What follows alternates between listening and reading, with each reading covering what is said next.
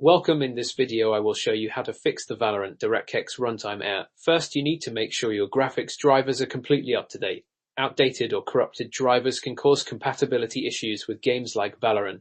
If updating your graphics drivers doesn't work, you can try running Valorant in compatibility mode. This will force the game to run using settings from an older version of Windows, which might resolve the Directx error. Next, you should verify the integrity of your Valorant game files. This process will check for any missing or damaged files and attempt to repair them, which could be contributing to the runtime error. If the error persists, reinstalling Directx is a good step to take.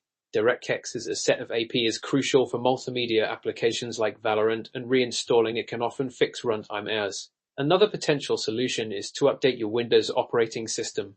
Updates often include bug fixes and performance improvements that can resolve compatibility problems with games.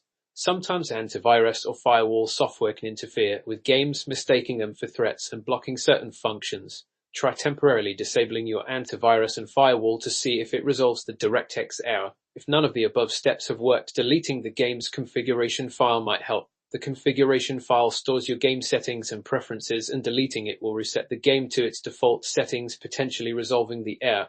If you've tried all of these steps and are still experiencing the Directx runtime error, it's best to contact Riot Games support directly. They have dedicated teams to assist players with technical difficulties and can provide further guidance. Thank you for watching. Subscribe for more such tutorials.